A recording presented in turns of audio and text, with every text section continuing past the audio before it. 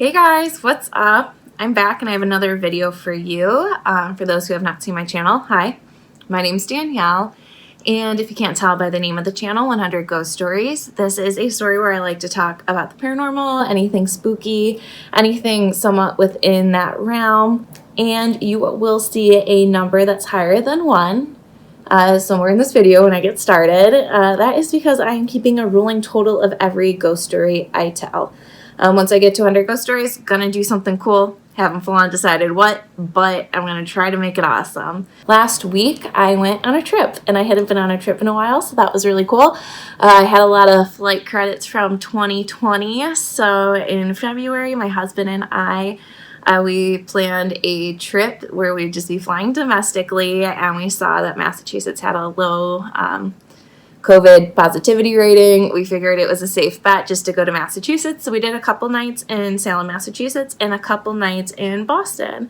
And it was really lovely. It was a really great time. And because we went on that trip, I thought it would be appropriate to go ahead and do a video on Salem, Massachusetts. So I'm wearing my very touristy sweatshirt today because I decided it would be appropriate. And we can go ahead and get started. First, I want to talk a little bit about Salem. So Salem is like a really cool city. It's very, very neat. It's a mix of like, it's a great place for families, but then you also have like some people just walking down the street dressed as witches. It seems like a very open, fun, lighthearted tourist destination. And there's more to offer than just, you know, info on the Salem witch trials and witch attractions. There are a lot of great like restaurants and bars. It had a surprisingly good nightlife. Not that I participated in much of it. By the end of the day, I was exhausted and, you know, went to bed by 11 every night. I might even be like humoring myself too much saying I even stayed up to 11. And we stayed at the Hotel Salem, and that's a really great hotel, middle of town. Has a rooftop bar and restaurant that we stopped at quite a few times. Highly recommend it. And there's also the Peabody Essex Museum that we stopped at, which has a surprisingly large body of work and pieces that come from Asia, which I wasn't expecting. So that was really cool. You know, they have also a bunch of tiny little museums and galleries you can pay admission to see. Like we stopped at the Orlac Nightmare Gallery, and that was really cool. If you like horror movies, I recommend it. You know, it's just like a little museum dedicated to horror movies, and that was a lot of fun for me as a horror movie lover. And you know, you find people that really dive into the witch thing in Salem, and you find people that are really like fighting against it, and they're kind of annoyed by the history and the tourism. But, you know, although Salem, Massachusetts does have an extensive history beyond the witch trials, that is still a significant event in American history, and it has kind of attached like this mystical, I don't know, vibe or reputation to the town. When we took a ghost tour in Salem, according to our tour guide, he said 20% of the population identifies as a witch or someone who practices magic. And, you know, I didn't ask him to clarify and let me know if that means that they're Wiccan or, you know, there's magic across many different religions. So I didn't know exactly what that meant. I tried to find a statistic online that backed that up, but I couldn't find anything, so I'm not sure. He seemed trustworthy. He seemed like he understood the history.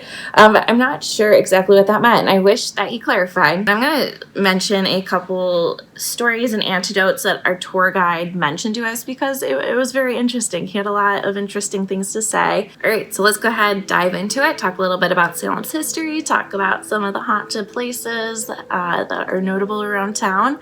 So I'm excited. Let's go ahead and get started. So when most people think about Salem, Massachusetts, they think about the infamous Salem witch trials. Around 150 people were accused of practicing witchcraft, 19 of whom were sentenced to death by hanging, and one man, Giles Corey, was crushed to death. There was also many other accused witches who died due to the poor conditions while being held in prison. It's a very tragic event in American history. The Salem witch trials began after Reverend Samuel Parris's daughter and his niece, 9-year-old Elizabeth Parris and 11-year-old Abigail Williams, supposedly fell ill.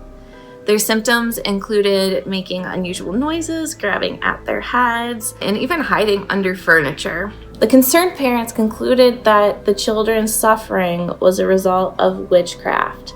As word spread, others seemed to fall ill with the mysterious ailment, claiming to be choked and stabbed by disembodied spirits. And it was not long before people around Salem and the surrounding area were being accused of practicing witchcraft. So it's very much so worth noting that 17th century life in Salem was characterized by immense stress and fear. It was far from ideal. The Puritan community fostered a strong belief in the devil, and they had actually recently suffered from a smallpox epidemic, and they were also under constant threat of attack from nearby tribes. The frequent fear the community experienced definitely cultivated a suspicious and paranoid environment, which is likely the true cause of the witch trials. So the first place I'm going to talk about is the Salem Jail.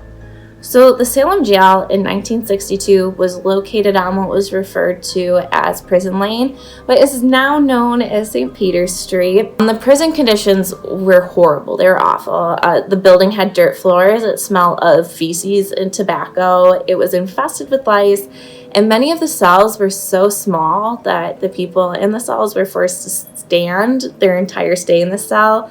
Even while sleeping, they had no room to lay down. They had to stand up their entire stay. Obviously, there was no air conditioning or heat, so summers were crazy hot and winters were freezing cold, and inmates were often denied food and water. Despite the horrible conditions, inmates were even charged during their stay. They were charged rent to stay in the jail.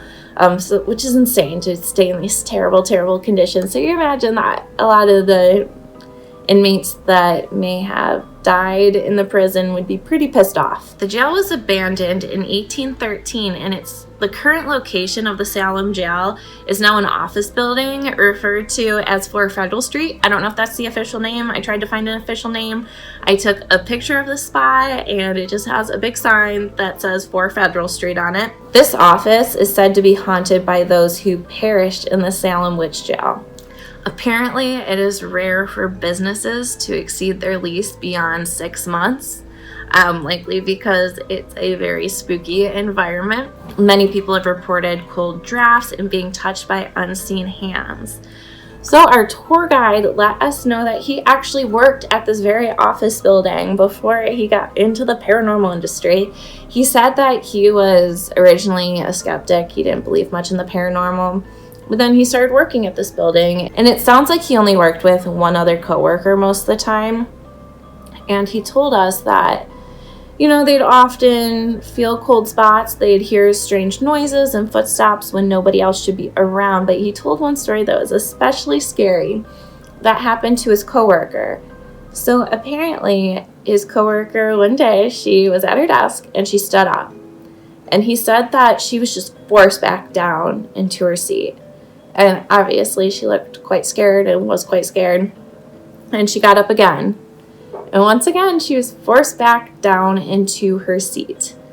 And then his coworker proceeded to stand up a third time. And this time she was slapped across the face. And he said he could see her being slapped and see her cheek turning red right before his eyes. And understandably, this coworker quit on the spot. And she left right there. She's done. She never came back. And this is what got him interested in the paranormal. And I thought that was a very interesting story. So the next spot I'm going to talk about that's haunted in Salem is not very far from this building. So right in front of the original site of the Salem Jail was once an open field. And this was the site where Giles Corey was crushed to death. Giles Corey was not known to be a kind man, and he had a very poor reputation. He had a terrible temper, and he likely beat one of his farm workers as well as one of his wives to death. So not the sweetest guy. You likely have heard the story. He's infamous for refusing to plead guilty or innocent when he was accused of practicing witchcraft. Because according to law at the time, if a person refused to plead guilty or innocent, they could not be tried. The frustrated sheriff that was working at the time, Sheriff George Corwin, decided to torture Corey into making a plea. So Corey was stripped naked, he was laid out on the ground, and a heavy board was placed on his back. From there, boulders were placed one by one onto the board, slowly crushing Corey. Corey was supposedly asked 3 times throughout this torturous ordeal to make a plea. And each time, as legend says, he replied with more weight. So more weight was applied. It was reported that Sheriff Corwin would even stand on the stones himself to add to the torture. And it took several days for Corey to die. And it is said that his last words to Sheriff Corwin were, "Damn you, I curse you," in Salem. So sheriffs in Salem continued to have poor luck hundreds of years following Giles Corey and Sheriff Corwin's death. Every person to have the position of sheriff in Salem following Corwin and Corey's death died or were forced to retire early due to a heart or blood illness until 1991, when the sheriff's office in Salem was moved to the nearby town of Middleton. So the site where Giles Corey was crushed to death, which is now a parking lot in front of 4 Federal Street, or the original Salem Jail, is considered to be haunted by Corey. Giles Corey is known to make people feel really uncomfortable in this area, and he's even negatively affected cars leaving the parking lot. Our tour guide, when we were on a ghost tour in this area, he told us 2 very, very scary stories. This woman told him that she wanted to clear the area. She thought she could release Giles Corey's spirit, help him find peace by doing some sort of cleansing. So she proceeded to do her cleansing and tried to clear the area and release Corey's spirit. However, when she got in her car, apparently it just had a mind of its own. Gears started shifting on their own. It drove all by itself without her doing anything, and it crashed, causing injuries that put her in the hospital for days, which is so scary, having something take over your car go out of control. That's very scary, yeah, and apparently she was quite injured. And this next story is even scarier. It's likely a coincidence, but we'll see what you think. Apparently in October, like you can expect, Salem is at their busiest. So we said tours can be huge when they're in their busy season in October around Halloween. So they hire security just to be safe, just as a precaution. Like I said, there's a great nightlife in Salem, so they probably have some unruly people on tours every so often and need a security guard. So I guess they go through this company where they can call and ask for a security guard, and they'll just send them someone. So they got this one guy to work security for him, and it was his first time doing it. And apparently when they went to the site where Giles Corey was crushed to death, the security guard was very uneasy. He said he didn't like being on that site. He was super uncomfortable, and he felt that Giles Corey didn't like the tourists coming through and seemingly dragging his name through the mud every time they talk about him. And, you know, obviously they're going to bring up his poor reputation, and something that really pissed him off. And the security guard he said he really didn't like it there. He didn't like that area, and he thought they should stop going through that area and talking about Giles Corey. So it sounded like just a couple days, maybe to a week passed, and they needed another security guard. Maybe I don't know if somebody called in or what, but they asked for this man specifically. And apparently when they called and asked for this man specifically to work the tour, he had passed away, which is likely just a terrible coincidence, but it's scary nonetheless. Like our tour guide said, like a lot of people after visiting that site will have something paranormal happening that they attribute to Giles Corey's spirit. So that's definitely a spot worth noting. It's a place I felt the most uncomfortable, but it's also a very scary story to hear. And then you hear these stories of these people having these terrible experiences after leaving the spot. But so I can attribute it to that. But that was the only place in Salem where I felt genuinely uncomfortable. Next place I want to talk about is the Old Bearing Point Cemetery. So established in 1637, Old Bearing Point Cemetery is the second oldest in the United States. And it's also home to a memorial honoring the victims of the Salem witch trials. This cemetery is also the resting place of many of the city's historical figures, including Judge John Hawthorne, who's also known as the Hanging Judge. And he presided over many of the witch trials and is known to be extremely cruel and unapologetic about his involvement in the witch trials. Hawthorne apparently had no remorse for the innocent people accused of witchcraft, which also included a 4-year-old girl named Dorothy Good. And to paint a picture of how unsympathetic you could be to not feel for these people, I'm going to talk a little bit about what Dorothy Good went through. Dorothy Good was a 4-year-old girl, and her parents were homeless beggars. Her mother, Sarah Good, was one of the first women arrested for witchcraft at the beginning of the trials, and a few weeks later, young Dorothy was taken into custody, and she was interrogated and examined for 2 weeks.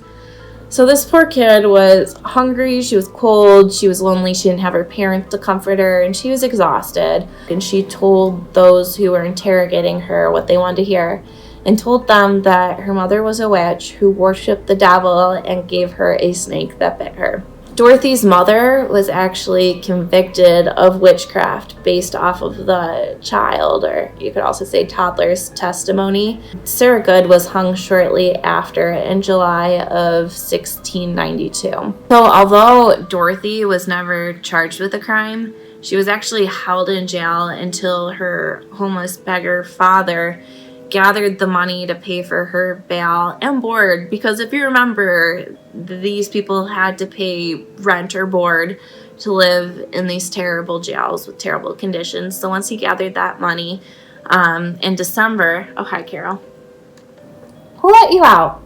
Okay, well, getting back to it, well, once Dorothy's beggar homeless father was able to gather the money to pay for her board and bail, she was released in December of 1692. So after nearly 9 months in custody, this child suffered terrible psychological damage, and it said that she never recovered. She was never the same. Adding to the unfortunate history attached to this cemetery, it was also considered against the law to touch the corpse of a witch.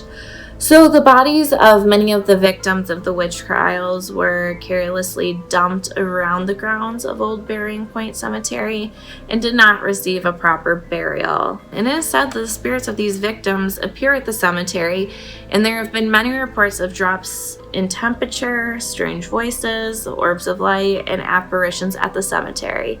And like I mentioned, this is also the burial place of the cruel hanging judge, John Hawthorne, and his ghost is often seen in the cemetery, and many visitors have actually captured his image on camera near his grave. And, you know, of course, I went to the cemetery. It's actually really cool. I went at night, tried to take a couple pictures, didn't get anything notable. We went also in the morning while we were finishing our coffee, and it is really cool actually to walk around. You have to stay on the path, obviously, so you don't disturb any of the headstones or the graves, but it was really interesting to walk around and look at how old these gravestones are and read them and see who these people were. I highly recommend going, you know, in the morning, early in the morning when people aren't around, and just taking a stroll, read the headstones. It's very, very fascinating. The next place I want to talk about is what is referred to as the Witch House, which is also known as the Corwin House. This house is actually the last remaining house in Salem that has any ties to the witch trials. The home was owned by Judge Jonathan Corwin, who served on the court that sentenced 19 people to death by hanging for witchcraft. He investigated many of the claims linked to alleged witchcraft and signed many arrest warrants. It has also been rumored that John Corwin actually interrogated those accused of witchcraft within the home. John Corwin actually happens to be the brother-in-law of John Hawthorne, who I just mentioned, who supposedly haunts Old Burying Point Cemetery, aka the Hanging Judge, and he is also the uncle of Sheriff George Corwin, who presided over the crushing of Giles Corey. So not the sweetest family, not the warmest hearts going around here. And aside from the witch trials, the Corwin house saw several tragedies that many referred to as the Corwin Curse. So Jonathan and his wife Elizabeth actually lost 5 children in the home. Born in 1684, John Corwin died at 9 weeks. Born in 1685, Margaret Corwin died at 6 months. Born in 1687, the Corwin's daughter Anna survived her childhood, but she actually died at 19 years old. And then they had 2 more children In 1690, Jonathan, who died at 3 months, and Herbert, who died at 8 weeks. I know it wasn't crazy uncommon for children not to survive their childhood at that time, but that has to be so tragic to lose so many children under such a short period of time. And the Corwins did continue to inhabit the home until 1717, and at that time, their son, Reverend George Corwin, was actually the head of household, and Reverend George Corwin actually died due to a fever in 1717, and his wife died the following year. The same fever also took the life of Jonathan Corwin and his wife Elizabeth Corwin. Many believe this home that is now a museum to be haunted by Jonathan Corwin and his family, many of whom lost their life way too soon, as well as the spirits of people sentenced to death during the witch trials. Visitors often report hearing disembodied voices, being touched by unseen forces, and feeling cold spots. And many have also reported hearing the voice of a young girl that many think to be Dorothy Good, the youngest of the accused witches, the one I mentioned earlier with the beggar parents, who was 4 years old and trapped in the terrible, terrible jail conditions for 9 months. We actually went ahead and visited the Witch House Museum. It was a really great museum. You know, not a lot about the witch trials, definitely a little bit about it, but what was more interesting is it talked more about Puritan life at the time and, you know, the stressful conditions people were under daily while living at this time. And what I found most fascinating while visiting the museum is that it wasn't unusual for Puritans in colonial America to practice magic, and apparently it was only considered witchcraft if it did harm to someone. And it seemed like a lot of times there was a thin line between what was considered just regular magic and witchcraft. And I found that very fascinating. That's something I didn't know at all. And I highly recommend it. It sounds boring, thinking about being just learning about Puritan life, but it actually is very fascinating, and I highly recommend visiting the museum. The next place I'm going to talk about does not have ties to the Salem witch trial, but it's a very interesting place nonetheless, and that is Mercy's Tavern. On the location where the restaurant Mercy's Tavern now stands was once the location of many taverns and brothels and underground tunnels. So after the hysteria of the witch trials, illegal activity in Salem's red light district just thrived. It is said that sea captains docking at the nearby Derby Wharf would, stop for a drink, but they would also kidnap young men and force them to work on their ships. The restaurant is believed to be haunted by several spirits who died by sea or were killed while on shore in Salem. Many people have reported hearing disembodied voices or seeing shadows and figures within the restaurant. Others have reported hearing fighting and shouting in the underground tunnels, which is highly unusual because the tunnel entrances have been blocked off and or filled for safety reasons. So that's very notable, to hear fighting beneath your feet when there should be no one under there. The restaurant is also by the waterfront, where many people have reported seeing ghostly pirates rise from the water and disappear as they walk onto the shore, which is a very scary image. So Robbie and I, my husband, we have visited Mercy's Tavern. It's a very cool little bar. It's a small place. It's a great place to get a drink. Their food's really great. Got the falafel pita. Highly recommend it. And it is actually by the waterfront. I really recommend it as a date night. I know I just talked about how scary it was, but we didn't experience anything. And honestly, good food, good atmosphere. It's nice to take a little walk to the waterfront. Right as you walk to the waterfront, it's only a block away. It's, steps away. It's really close. It's really pretty. But you do pass the House of 7 Gables, which I'm not going to talk about in this video because I didn't really visit it much, but we did pass it and take a picture of it. And it's something that people are interested to see apparently when they go to Salem. So that's right there. You go to Mercy's Tavern, right across the street has 7 Gables, 2 houses down, you're at the waterfront. It's very nice. I recommend it. We sat at the waterfront for a while. It was really pretty. I live in the Chicago suburbs, so it's not every day that I just get to chill by the ocean, so it was very, very cool. You know, I didn't do much research on this place, but there's one more place that I want to mention because our tour guide, when we did our tour in Salem, gave us a very interesting story on it. And you know, I probably could have included it in this video, but this video is long enough already, and I don't want to keep dragging this on. Honestly, there's so many places that are supposedly haunted in Salem. It's a very old city, likely even haunts that aren't linked to the Salem witch trials, so this video could be endless.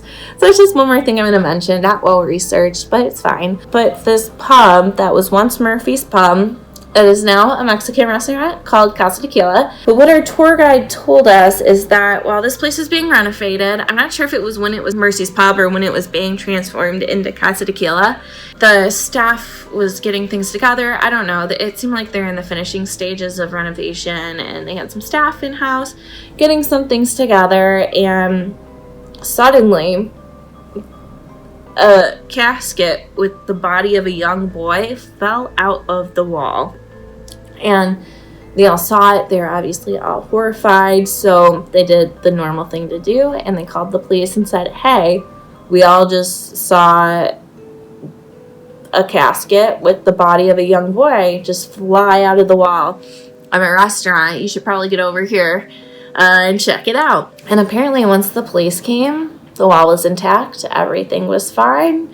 No body of a young boy, so that is definitely very unusual. Apparently several people just shared the same hallucination that just didn't happen. I found that very interesting, so I thought I would mention it. I had a great time in Salem. I highly recommend it, even if you're not into like the spooky and weird stuff. It's super fun. I loved it. It's a great little town. It's a great place to visit. Anyways, I hope you all have a great day, great evening, and great night. Whatever time it is, I hope it's awesome. And if you like this, it'd be really nice if you subscribed. I don't have a lot of subscribers, so if you do subscribe, you will be extra special. And that's all. Have a nice week. Bye.